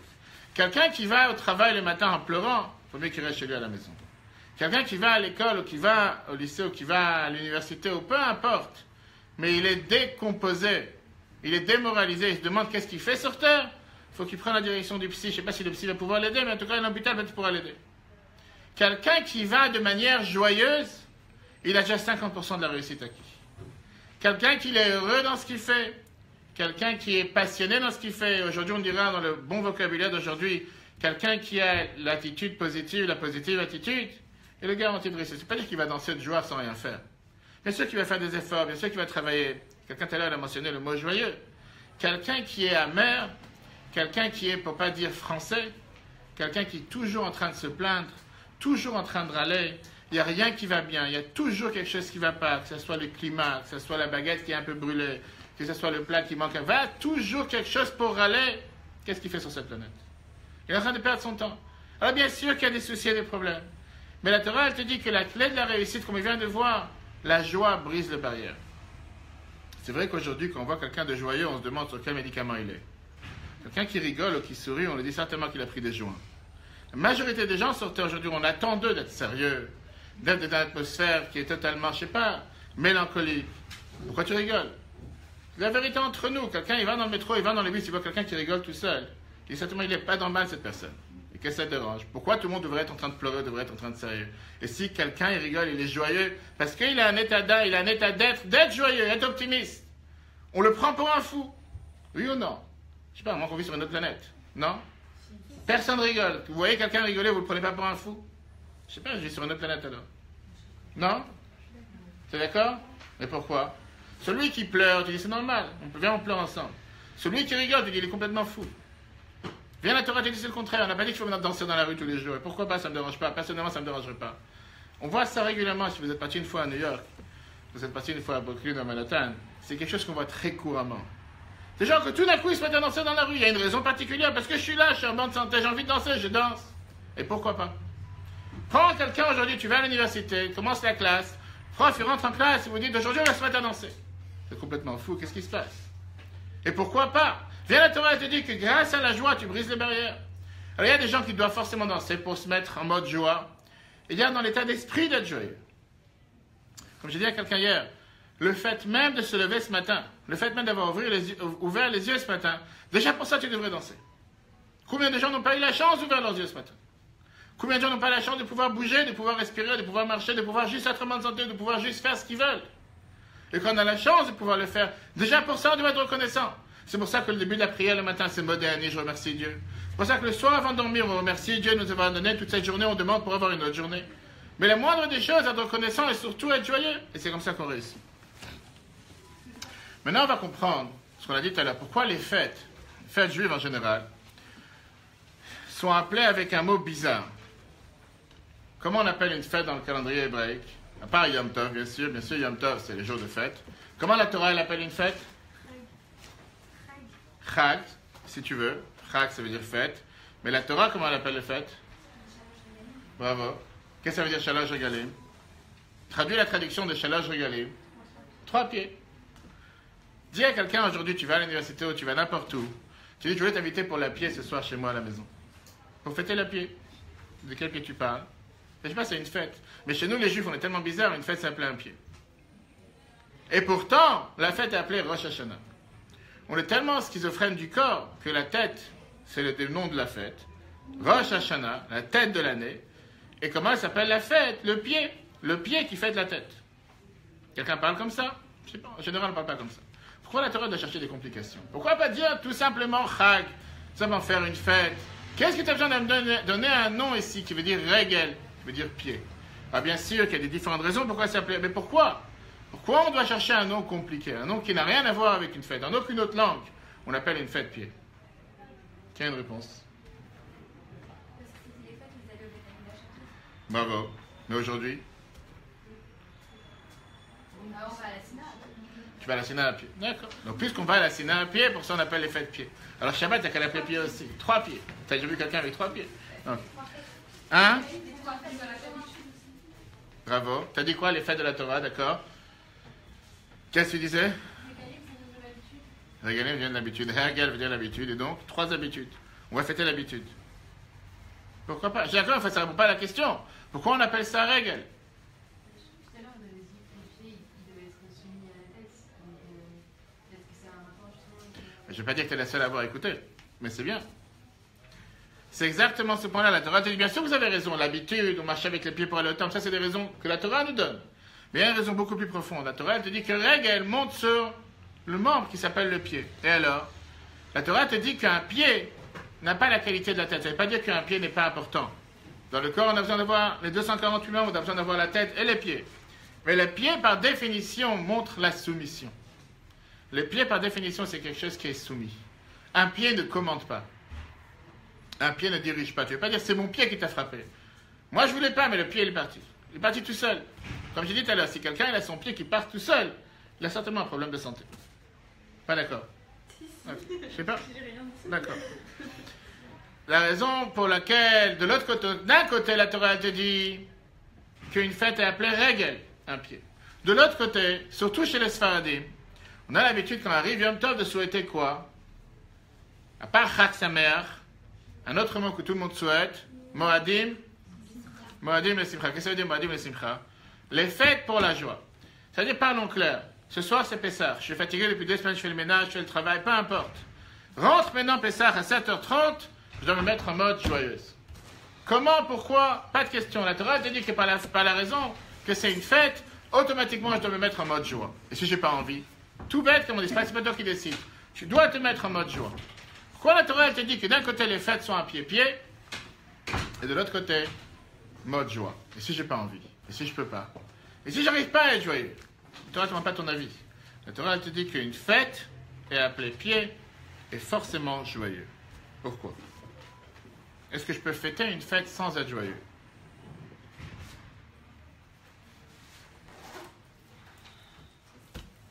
Pas de réponse? Personne? On peut fêter une fête sans être joyeux? Non, par définition. Par définition, hein? Pourquoi ça ne s'appelle pas une fête? Pourquoi ça ne s'appelle pas une fête? Tu es obligé de te mettre en mode danser dès qu'arrive une fête? Ça veut dire que si tu n'es pas heureuse, il n'y a pas de fête. Du coup, c'est peut-être lié au fait qu'il y a un travail qu'on a fait, on a des résultats et du coup... Exact. Ça veut dire que quelqu'un qui n'est pas joyeux, est-ce qu'il peut fêter ou pas? Non. Interdit de fêter. Donc si quelqu'un, si tu n'es pas joyeux le soir de Pessah, tu ne fais pas Pessah. Tu fais Purim, tu fais autre chose, mais tu ne fais pas Pessah. Il faut être joyeux. Regardons le texte. Bravo. Regardons les 5. Nous retrouvons ces 2 aspects de soumission et joie dans les fêtes bibliques. D'un côté, les fêtes bibliques ont pour titre Regalim, qui veut dire pèlerinage, comme on a justement dit, parce qu'on avait l'habitude d'aller au temple avec les pieds, qui provient du mot régel, le pied, ce qui indique la soumission et le fait d'accepter le joug divin. D'un autre côté, ces fêtes sont appelées les fêtes de joie, pour indiquer la joie qui se dévoile lors de l'élévation, lorsque ça pousse. Comme on l'a dit tout à l'heure, le fait que, on a vu les résultats, le fait que finalement, après avoir fait tant d'efforts, comme tu viens de dire, on a les résultats, automatiquement, on est joyeux. Je ne sais pas si vous savez, mais tout le monde a l'habitude, dès qu'il arrive une nouvelle fête, en général, on parle bien sûr des fêtes de la Torah, Pessah, Shavuot et Sukkot, surtout pour les femmes et les jeunes filles, quand on a l'habitude d'allumer les bougies de Shabbat, et pour les hommes au Kiddush, quelle bénédiction on fait à chaque nouvelle fête? Shechianu, c'est quoi la bénédiction de Shechianu? Qu'est-ce que veut dire Shechianu? La traduction. Shechianu qui nous a fait vivre, Vekimanu qui nous a fait maintenir, Veigianu qui nous a fait arriver, l'Izman Azeh à ce moment-là. Si ça ne rend pas quelqu'un joyeux, il y a un problème. Combien de gens ne sont pas arrivés à cette fête? Combien de gens n'ont pas malheureusement survécu pour être là à cette fête? Si Dieu aime, pourquoi chaque fête on répète encore une fois Shechianu? On est en train de remercier Dieu du fait qu'il m'a donné la chance de pouvoir être vivant ce soir-là. Alors bien sûr qu'on ne va pas faire ça tous les jours, mais quand on a la chance de pouvoir faire cette fête, quand finalement on a la chance de pouvoir fêter cette fête, on est là pour remercier Dieu qui nous a donné cette chance. Et c'est la raison pour laquelle on dit Shechianu. Maintenant qu'on a compris quel est le composant pour pouvoir réussir, que ce soit la joie, que ce soit, comme on l'a dit tout à l'heure, être en mode soumission, être en mode décomposé comme la graine, maintenant on va comprendre le lien, point commun qu'il y a entre le premier Rosh Hashanah que la Mishnah a mentionné tout à l'heure et le dernier Rosh Hashanah que la Mishnah mentionne. Et c'est ça qui nous explique qui est celui qui peut faire en sorte qu'un être humain peut se soumettre à la volonté de Dieu. C'est le roi. Contrairement à la pensée qui est dans le monde en général, avec tous les tyrans qui ont existé jusqu'à nos jours, pour ne pas en citer des dernières générations, mais on avait un fameux Napoléon Bonaparte, que certainement vous connaissez tous, qui n'était pas sincèrement la meilleure référence pour savoir qu'est-ce qu'on doit faire quand on a du pouvoir. Mais en règle générale, un roi était là pour soumettre tout le monde à sa volonté. Pour faire en sorte, un tyran était là pour faire en sorte que le peuple, la population n'a pas le droit d'exister. Et là pour le servir. Alors que dans la Torah, le roi du peuple juif était là pour faire en sorte qu'ensemble, on soit là pour servir Dieu, pas pour me servir. Il y a ici une idée suprême, une qualité suprême qui était de ne pas être là pour se servir, mais être là pour servir Dieu. Ça, c'était le but. Pourquoi un roi il devait enseigner la Torah au peuple juif? Pour se rappeler le fait que Dieu nous a demandé de se soumettre à sa volonté. C'est la raison pour laquelle le premier Rosh Hashanah qu'on a vu tout à l'heure dans la Mishnah, c'était le Rosh Hashanah qui est le Rosh Hashanah pour les rois et pour les fêtes. Quel est le point commun entre les deux? Parce que c'est le roi qui nous apprend comment fêter la fête, comme Dieu l'attend de nous. Et comme on a dit tout à l'heure, le fait que la fête est appelée pied, pourquoi pied? Parce que le fait d'être soumis à la volonté de Dieu, et seulement comme ça je peux être joyeux, qui nous donne la possibilité de pouvoir le faire? C'est grâce au roi. Regardons dans les 6. Point commun entre le nouvel an des fêtes et des rois. Tout à l'heure, c'est la soumission. Le rôle d'un roi d'Israël est d'apporter chez tout le peuple juif la soumission à Dieu. Étant donné que le roi est au summum de l'élévation, il peut élever les Juifs à un niveau plus élevé que celui auquel ils seraient arrivés par leurs propres moyens, à l'image d'un produit qui pousse, qui est une nouvelle création. Concrètement, est-ce que pendant les fêtes, on est toujours joyeux? Est-ce que chaque fête, c'est une fête dans laquelle la Torah nous dit qu'il faut être joyeux? Ou bien il y a des fêtes dans lesquelles on n'est pas joyeux? Est-ce qu'il y a une différence dans le niveau de joie qu'on doit avoir dans les fêtes? Oui, vas-y. Kippour, c'est quoi? Je ne sais pas si c'est considéré comme fête. Mais c'est quoi? C'est pas joyeux. Pas joyeux. Il faut pleurer toute la journée. C'est particulier. Ça veut dire quoi? On n'a pas le droit d'être joyeux? C'est le pardon. Pourquoi tu as commencé par Kippour?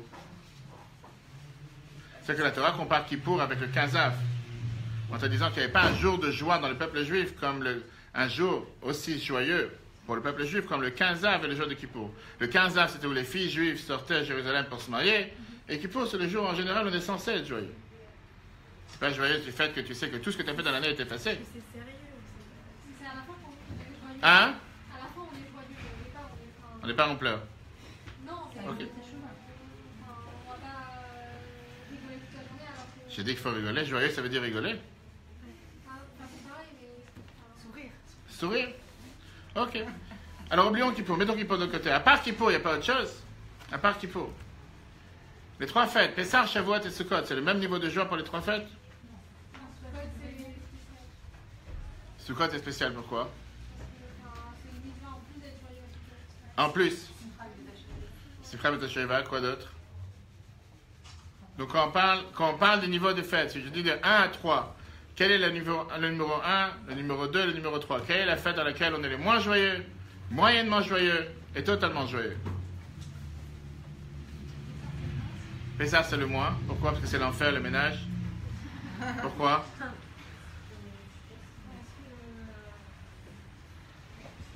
Ok, d'accord. Shavuot, c'est quoi? Donc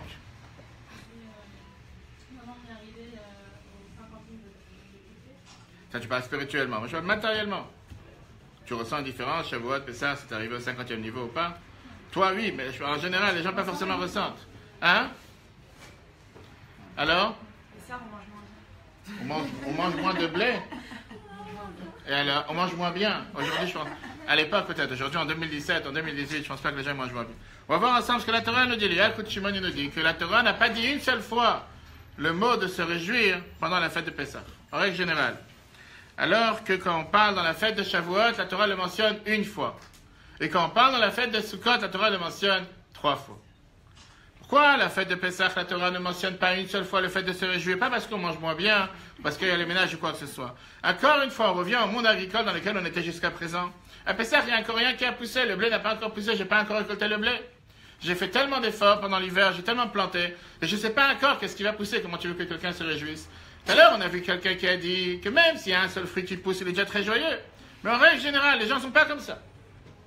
En règle générale, si je ne vois pas la récolte de mes efforts, pourquoi je serais joyeux? Pessah, il n'y a encore aucune récolte. Puisqu'il n'y a encore aucune récolte, pour ça je ne suis pas joyeux. Pas dit qu'il faut pleurer. Mais la Torah ne donne pas le devoir de se réjouir. C'est d'ailleurs la raison pour laquelle la Torah, quand elle nous donne la définition de quel temps est Pessah, elle dit Zman Chevutenu, le temps de notre liberté. Arrive Shavuot. C'est là la Torah te dit une seule fois le mot Vesamarta Bechagecha. Tu as un devoir de te réjouir. Pourquoi? Parce qu'on a déjà dit tout à l'heure qu'on a une certaine récolte, on commence à récolter le blé. On a déjà le fruit de nos efforts. Et puisqu'on a déjà le fruit de nos efforts par rapport au blé, c'est la raison pour laquelle la Torah te dit tu peux déjà te réjouir. Néanmoins, Shavuot, c'est aussi appelé le temps de Matan Toraten, ou le temps qu'on a reçu la Torah. Arrive la fête de Sukkot. Et là, la Torah te dit c'est Zman Simchaten, ou le temps de notre joie. 3 fois, à 3 reprises, la Torah te dit que tu dois être joyeux. Pourquoi Sukkot? On a dit tout à l'heure, le fait qu'à Sukkot, c'est l'engrenage. Le fait qu'à Sukkot, on a déjà la moisson du blé, la moisson de l'orge, la moisson des fruits, c'est avant l'hiver. On voit maintenant les fruits de nos efforts. On a toute la récolte qu'on n'avait pas eue jusqu'à présent. À ce moment-là, on a le devoir d'être joyeux. Mais la raison beaucoup plus profonde que Rabbi nous amène, c'est pas seulement parce qu'on voit les efforts et on voit la récolte. Il y a une énorme différence, parce qu'apparemment, on a dit tout à l'heure que Pessah, on récolte l'orge. Shavuot, on récolte le blé. On récolte quand même quelque chose. Pourquoi on ne pourrait pas être joyeux? Parce que la vraie joie, c'est quand on voit les fruits de l'arbre. Quand on voit l'arbre qui a poussé, on voit les branches qui ont poussé, on voit les fruits, la récolte des fruits de l'arbre. Pourquoi? Parce que les graines de blé, tu les as pensées, ça repousse exactement la même chose. Pas la même quantité, mais la même chose. C'est pas que tu vas planter des graines de blé et tu vas avoir des pommes qui vont pousser. En général, c'est pas ce qui se passe. Alors qu'avec les graines de fruits de l'arbre, quand tu plantes des graines qui se décomposent, la beauté avec laquelle Dieu a créé le monde, que c'est un arbre entier qui pousse avec des fruits qui n'ont rien à voir avec la graine que tu as plantée, c'est là que tu es énormément joyeux. Planter des graines pour avoir une autre quantité de graines, pourquoi pas? Mais c'est la même chose. Tu as planté des graines de blé, tu ne reçois pas des bourses de blé, tu reçois des graines de blé en grande quantité. Quand tu plantes une graine d'un fruit et tu vois avec ça une récolte qui n'a rien à voir avec la graine que tu as plantée, là tu es énormément joyeux. Pas pour tout le monde, mais en général pour la majorité des gens. Regardons les 7. Oui ou pas? Pas d'accord? Tu es pas d'accord, pourquoi pas? D'accord. 7. Pourtant, on voit que la joie n'est pas identique dans toutes les fêtes bibliques. Écoute, Shimon nous dit le terme joie est mentionné à 3 reprises à propos de Sukkot, alors qu'il n'est pas du tout mentionné pour Pessah. Pourquoi? Car à Pessah, la récolte est encore jugée, l'homme ne sait pas s'il récoltera cette année ou pas. Il ne peut être encore question de joie. À propos de Shavuot, le terme joie est mentionné une fois, car c'est alors que la récolte entre à l'intérieur. Pourquoi le terme joie n'est-il pas mentionné 2 fois? Car les fruits de l'arbre sont encore jugés. Cependant, à Sukkot, lorsque la récolte et les fruits de l'arbre sont à l'intérieur, C'est pourquoi le texte mentionne 3 fois le terme joie. Alors le Rabbi te termine pourquoi ce sont les fruits de l'arbre qui créent la plus grande joie et pas le reste. Rappelons-nous, comme on a dit au départ, qu'on est en train de parler du fait qu'on est comparé aux fruits de l'arbre et pas juste aux fruits de la terre tout court. Dans la récolte du sol, le produit n'apparaît pas clairement comme une nouvelle existence, car le grain de blé ou d'orge qui a été semé était lui aussi comestible, alors que pour les arbres, la graine n'avait aucun goût. Les fruits qui sont poussés sont donc d'une toute autre qualité que la graine plantée. Par ailleurs, les fruits de l'arbre ont la qualité d'être directement comestibles sans aucune préparation. Et c'est là la raison de la grande joie de Sukkot, car c'est alors que les fruits de l'arbre sont récoltés. Un autre point que j'ai oublié de dire en oral, c'est que quand tu plantes une graine de blé, tu reçois exactement les mêmes graines. Avec ça, tu ne peux pas les manger tout de suite. Avec ça, tu es obligé de commencer à moudre le blé, mettre en farine, pouvoir pétrir, pas seulement prendre des cuillères de farine et manger. En tout cas, ça n'existe pas encore chez les gens normaux. Tu dois faire quelque chose avec pour pouvoir finalement bénéficier de ton blé. Alors que les fruits de l'arbre, c'est tout à fait l'opposé. Tu plantes quelque chose que tu ne peux pas manger et tu reçois un fruit que tu peux arracher de l'arbre et manger tout de suite. Il n'y a pas plus grande joie que la joie qu'on peut avoir avec les fruits de l'arbre. Maintenant, on va comprendre pourquoi la Torah elle a décidé de nous comparer forcément à un arbre et pas à autre chose. Et pourquoi la Torah elle a décidé de faire un Rosh Hashanah des arbres et pas un Rosh Hashanah des animaux, un Rosh Hashanah d'autre chose. Quelle est la spécialité entre l'arbre et l'humain? On a vu tout à l'heure que dans la Torah, dans la paracha Shoftim, c'est écrit qui a Adam met sa Torah de couper l'arbre des champs, parce que l'homme il est considéré l'arbre d'un champ. Quel rapport avec l'homme et un champ? D'abord, la Torah elle te dit très simple, la Gemara elle t'explique qu'on parle ici des Talmidei Chachamim, on parle ici des gens qui sont des érudits dans la Torah. Comment on peut savoir si on peut aller apprendre d'une personne? Comment on peut savoir si une personne est apte à apprendre de lui ou pas? La Torah te dit ne te base pas sur son niveau de connaissance. Tu peux avoir quelqu'un qui a une énorme grande connaissance, mais que dans l'action, dans son trait de caractère, c'est quelqu'un qui est le plus extraterrestre possible. Et la Torah te dit que si tu veux savoir comment apprendre une personne, regarde c'est quoi ses traits de caractère. S'il a des bons traits de caractère, tu sais que c'est une personne, ça vaut la peine d'apprendre de lui. S'il a des mauvais traits de caractère, même s'il a une énorme connaissance, c'est pas la personne de qui tu peux apprendre. Parce que ce qu'il cherche à t'enseigner, ça peut se transformer en poison contre toi. Qu'est-ce que la Gemara nous enseigne? Qu'est-ce que ça veut dire dans la vie de tous les jours? La fameuse bénédiction que la Torah nous dit par rapport à l'arbre, c'est quand on voit un bel arbre, on dit qu'on le bénit, que ses plantations et ce qui va pousser de lui seront exactement comme lui. Comment tu sais que quelqu'un est réussi dans son enseignement? Quand ses élèves, ils suivent son chemin. Quand tu as un élève qui est en classe et que du matin jusqu'au soir, il se dit, j'ai donné un cours à un séminaire de filles la semaine dernière en Israël à une vingtaine de filles. Et on parlait sur différents cours. Et il y a certains qui disaient comme quoi il y a tel et tel cours, le moment qu'ils rentrent dans le cours, c'est juste pour cocher qu'ils sont arrivés. Et qu'ils attendent la minute de pouvoir sortir. C'est tellement ennuyant, il y a tellement pas... J'ai de la peine pour eux. J'ai de la peine encore plus pour le prof. Ils se disaient qu'ils se sentent tellement en train de perdre 7 heures, mais ils doivent être là, ils n'ont pas le choix, il faut marquer dans la liste qu'ils étaient dans le cours, et ils passent pour le cours. La Torah te dit la manière de savoir si un arbre, il a réussi, c'est quand c'est plantation, tu peux également prendre les fruits de cet arbre et les replanter. Si malheureusement cet arbre ne donne pas de fruits, ou si les fruits, tu ne peux pas les réutiliser parce qu'ils ont un problème, ou parce qu'il faut les abattre, ou parce qu'il faut les détruire, il y a un problème avec l'arbre. Regardons dans le texte. L'enseignement, plantation d'un arbre dans le service divin.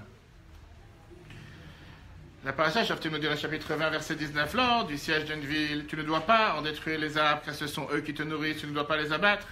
Et oui, l'arbre du champ est l'homme même. Viens la Gemara Ta'anit 7 nous dit, est-ce que l'homme il est vraiment un arbre des champs? En fait, le texte parle de 2 types d'arbres. Un qu'il faut conserver et l'autre qu'il faut détruire. S'il s'agit d'un érudit convenable, nourris-toi de lui, apprends de lui. Sinon, tu peux l'abattre, écarte-toi de lui, comme Rashi nous dit. Qu'est-ce que ça veut dire un érudit convenable? En fonction de ses traits de caractère, comme on l'a dit tout à l'heure. Revenons à la base principale. Dans l'étude de la Torah, on peut ressentir que la réussite dépend de l'effort fourni. Comme il est dit, si tu as cherché, tu as trouvé.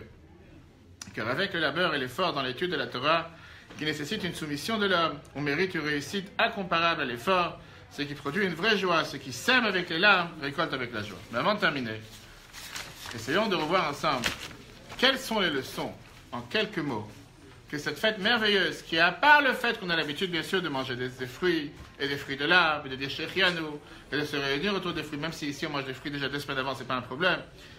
Qu'est-ce que la Torah veut faire avec cette fête qui s'appelle le Rosh Hashanah des arbres? Avec tout ce qu'on a vu ce soir ensemble, essayons de voir Quelle est la clé de la réussite? Avec toutes les réponses que vous avez données tout à l'heure, et qu'ils étaient toutes justes, à part une ou deux par rapport à l'échec, on verra après pourquoi, concrètement, quel est le message que la Torah me fait passer avec cette fête, Rosh Hashanah des arbres? Pourquoi particulièrement les arbres, et pourquoi pas le reste?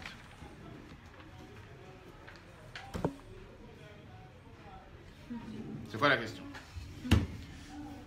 Pourquoi la Torah nous fait une telle fête avec après tout ce qu'on vient de dire, pourquoi la Torah nous fait une telle fête avec le Rosh Hashanah des arbres? Pourquoi elle n'a pas décidé de faire Rosh Hashanah de la tomate? Je ne sais pas, tout à l'heure, la tomate aussi, c'est quelque chose d'important. Rosh Hashanah des pommes de terre. Pourquoi Rosh Hashanah des arbres? Pourquoi pas Rosh Hashanah des pâtisseries? Imagine-toi que le peuple juif aurait eu une telle fête. C'est déjà comme ça, les pâtisseries font tellement d'argent. Ça va être énormément important. Pourquoi l'arbre? Qu'est-ce qu'on a avec l'arbre?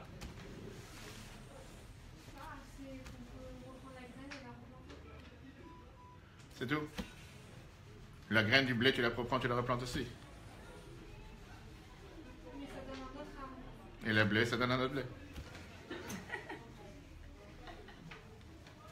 que le travail qu'on a accompli sur l'arbre, il donne une récompense qui est plus grande? C'est un investissement, c'est-à-dire que les fruits qu'on va recevoir de l'arbre fruitier, ils sont meilleurs que la graine qu'on a. Meilleur, c'est toi qui dis.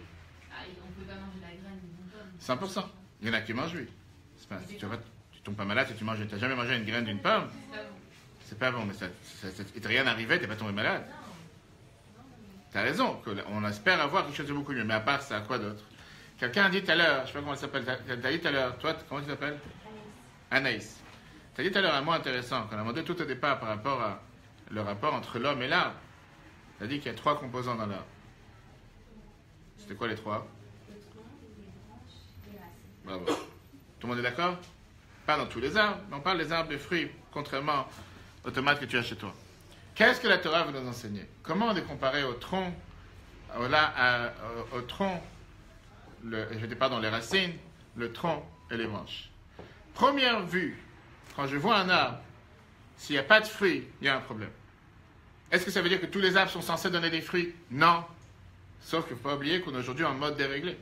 Puisqu'avant la faute de l'arbre de la connaissance, tous les arbres donnaient des fruits. On te dit que quand Mashiach va venir, c'est exactement ce qui va se passer encore une fois. Le fait qu'il y ait des arbres stériles aujourd'hui, c'est pas normal. Fermons la parenthèse. Tu vois des fruits, ça veut dire que c'est une marque de fabrique et cet arbre il est en bonne santé. S'il n'y a pas de fruits, il y a un problème avec ces arbres. Est-ce que sur ça on est d'accord? À part le fait qu'il faut voir les fruits, recommençons depuis le départ. Quand tu as planté la graine, tu la vois presque pas. La graine est totalement petite. Après, la graine elle pousse. Par rapport à l'humain, l'adulte il pousse. Et au final, tu sais si la personne pourra se tenir sur 2 pieds ou ne pourra pas se tenir sur 2 pieds. S'il y a des fondations ou il n'y a pas des fondations. Et là, je viens à la réponse qu'on a posée à la question tout à l'heure, la différence entre les fruits de l'arbre et les fruits de la terre. C'est que d'après la halakha, un tronc qui disparaît en hiver ou un arbre qui ne tient pas avec les tempêtes ou quoi que ce soit, ce n'est pas un vrai tronc. Comme le tronc de tomate chez madame, ou bien si ce n'est pas un tronc, les différentes racines, le fait qu'il disparaît, automatiquement, ce n'est pas appelé un tronc, c'est un plant. La Torah te dit qu'on est intéressé, quand tu plantes une graine, que la graine ne reste pas une graine. Tu veux que la graine, elle pousse, tu veux que la graine, elle avance. Et tu mets des investissements énormes pour que le résultat soit là. Comme un humain. Tu ne veux pas qu'un enfant reste un enfant toute sa vie. Tu ne veux pas qu'un enfant reste au CP toute sa vie. Tu ne veux pas qu'un adulte reste au CP toute sa vie. Tu veux que forcément, chaque année, il avance et chaque année, il augmente. Mais la réalité des faits, elle est que quand tu regardes sur un adulte, tu ne vois pas les racines. Tu vois le tronc. Tu regardes sur un arbre, tu ne vois pas les troncs. Mais tu sais très bien que sans racines, le tronc tombe. Tu regardes sur un adulte, s'il n'a pas ses racines, automatiquement il tombe. Quelles sont les racines d'un adulte? Quelles sont les racines d'un humain? La Torah te dit que les racines d'un être humain, c'est la émouna, la foi. Tout à l'heure, quelqu'un il a mentionné la foi. Qui c'est qui a mentionné la foi? C'est toi qui as mentionné la foi? Oui, toi, tu avais raison. Pourquoi la Torah dit qu'il faut avoir la émouna, qu'il faut avoir la foi? Parce qu'au final, c'est ça qui nous donne cette solidité, c'est ça qui nous donne cette force pour pouvoir traverser toutes les tempêtes. Si quelqu'un il se lève le matin et se dit « je ne sais pas qu'est-ce que je suis venu faire sur cette planète », il faut mieux qu'il reste dormir. Si quelqu'un il n'a pas confiance en soi, et beaucoup plus important, confiance en Dieu, que Dieu m'a envoyé sur cette planète pour une mission, Dieu m'a envoyé sur cette planète aujourd'hui pour agir, pour faire en sorte de rendre ce monde un monde meilleur, j'ai aucune idée, j'ai aucune raison pourquoi je suis sur cette planète. Et comme il n'y a pas une personne indispensable, il n'y a pas une personne qui est en trop. On est tous indispensables pour la réussite de cette planète, puisque c'est la raison pour laquelle Dieu a créé chacun différent, avec une mission différente. On a le devoir d'avoir cette foi et d'être garanti qu'on peut réussir. Mais de l'autre côté, la foi tout court, seulement la foi, ça ne suffit pas. Un arbre où il y a seulement un tronc, en général, il dérange plus qu'autre chose. Alors aujourd'hui, tu auras des gens qui vont te faire des différents arts, ils vont essayer de couper différentes formes pour te faire différents monuments avec un tronc parce qu'on ne sait plus quoi faire avec lui. Mais en règle générale, un arbre qui n'a plus de branches et qui n'a plus de fruits, tu ne sais pas quoi faire avec lui, tu perds ton temps. La meilleure des choses, c'est de le couper. Parce que tu vois un tronc comme ça qui est en plein milieu de la rue qui ne sert absolument à rien, qui n'a aucun espoir, qui n'a pas de branches, qui n'a pas de fleurs, qui n'a pas de fruits, ça ne sert à rien. La Torah te dit la deuxième chose, c'est que la meilleure preuve de vitalité qu'un arbre a, c'est qu'il y a des branches, des feuilles et des fruits. Et dans la Torah, ça s'est comparé aux mitzvot. Qu'est-ce que ça veut dire les mitzvot? Faire ce que Dieu attend de nous, agir. Quelqu'un qui se dit, je suis un arbre, pour avoir un seul fruit qui doit être enveloppé dans une boîte en or, pour surtout pas le toucher, surtout pas le protéger, qu'il ne puisse pas faire avec ça des autres fruits, c'est un arbre de perdu. Le but même d'un arbre, c'est de donner naissance à des autres fruits, que ces fruits donnent naissance à des autres fruits, et que comme ça, le monde puisse se reproduire sans arrêt, sans limite. De l'autre côté, si à un moment on voit que les branches sèchent, si à un moment on voit qu'il n'y a pas de graines, si à un moment on voit que les graines n'existent plus, ou que les fruits sont de mauvaise qualité, il faut traiter cet arbre. Viens, la Torah nous dit, c'est exactement la même chose qu'on a avec l'être humain. La foi, c'est la base. Les mitzvot qu'on fait, c'est énormément important. Mais la finalité, elle est qu'est-ce qu'on fait pour l'autre. Est-ce que tu prends ce fruit et tu le replantes pour quelqu'un d'autre? Est-ce que tu prends ce fruit et tu donnes naissance à un autre arbre? Si ce fruit est là que pour lui-même, pour être enfermé, ou pour être photographié, mais lui-même, il n'a aucun intérêt, c'est un fruit qui est perdu. Le but même d'un fruit, c'est de pouvoir donner naissance à un autre. Et là, je viens à la réponse qu'on n'a pas répondu tout à l'heure. Pourquoi on ne fait pas un Rosh Hashanah des animaux? Un animal, par définition, Dieu ne l'a pas créé pour donner naissance. Un animal n'est pas là pour que reproduire. On ne parle pas aujourd'hui de la ferme des 1000 vaches et de tout ce qui se passe dans la société. Dans le monde réel, Dieu n'a pas créé un arbre, n'a pas créé un animal pour pouvoir donner naissance à des autres animaux. Dieu il a créé les animaux pour vivre. Un arbre n'est pas là que pour vivre. Un arbre n'est pas là juste pour l'arroser, pour rien pousser, pour donner aucun fruit ni aucune branche. Un arbre, par définition, son but, pourquoi il est venu sur Terre, c'est pour pouvoir donner naissance, pour pouvoir se fructifier, multiplier, replanter, redonner naissance. Ça, c'est l'être, la raison d'être même d'un arbre, pourquoi Dieu l'a créé. Pas juste pour être là, pour prendre des photos. Avec ça, chers amis, on a vu, en quelques mots, quelle est la raison pour laquelle la Torah nous demande de fêter ce Rosh Hashanah des arbres. Comme l'a dit tout à l'heure dans la Gemara, deux avis, l'école de Shammai qui dit que c'est aujourd'hui, l'école d'Hillel qui dit que c'est le 15 Shvat. Dans 2 semaines, important d'apprendre toutes ces leçons. Bien sûr qu'on peut se réjouir et manger des fruits toute l'année, mais les leçons de Toubi Shvat, les leçons du 15 Shvat, c'est des leçons qu'on doit mettre en application dans la vie de tous les jours. Que Dieu fasse qu'on puisse mériter d'avoir toutes les bénédictions de cette fête, de pouvoir les intégrer dans la vie de tous les jours, de ne pas rester comme des monuments, ne surtout pas planter pour ne pas reproduire, ne surtout pas faire des efforts pour ne pas faire les fruits, ne surtout pas faire des efforts pour recevoir exactement seulement comme les efforts que nous avons mis, mais recevoir beaucoup plus, et que Dieu fasse que nous puissions voir tous les jours les fruits de nos actions, avec abondance, avec une parfaite santé, comme chacun désire, avec la réussite pour toutes. Très bonne soirée. Si vous avez des questions, n'hésitez pas. Ou opposition, pourquoi pas. Si tu as des oppositions, pourquoi pas. J'espère qu'on n'est pas devenus ennemis ce soir. Mais j'espère que le point de vue, tu as changé. Oui. Toi et ceux qui est derrière, j'ai oublié comment tu t'appelles. Non, moi, ça y est, j'avais. Toi, tu as déjà changé depuis le départ. Ok. Donc avec toi, on est déjà amis. Avec toi, c'est important. En tout cas, le cours, il est en replay après sur Google Play, sur Facebook aussi, si vous voulez le revoir. C'est important, des notions tellement riches. Et c'est vrai que les gens aujourd'hui fêtent tout Bishvat, pourquoi pas, on mange des fruits. C'est des notions tellement riches pour chacun d'entre nous à les mettre dans l'application. Très bonne soirée.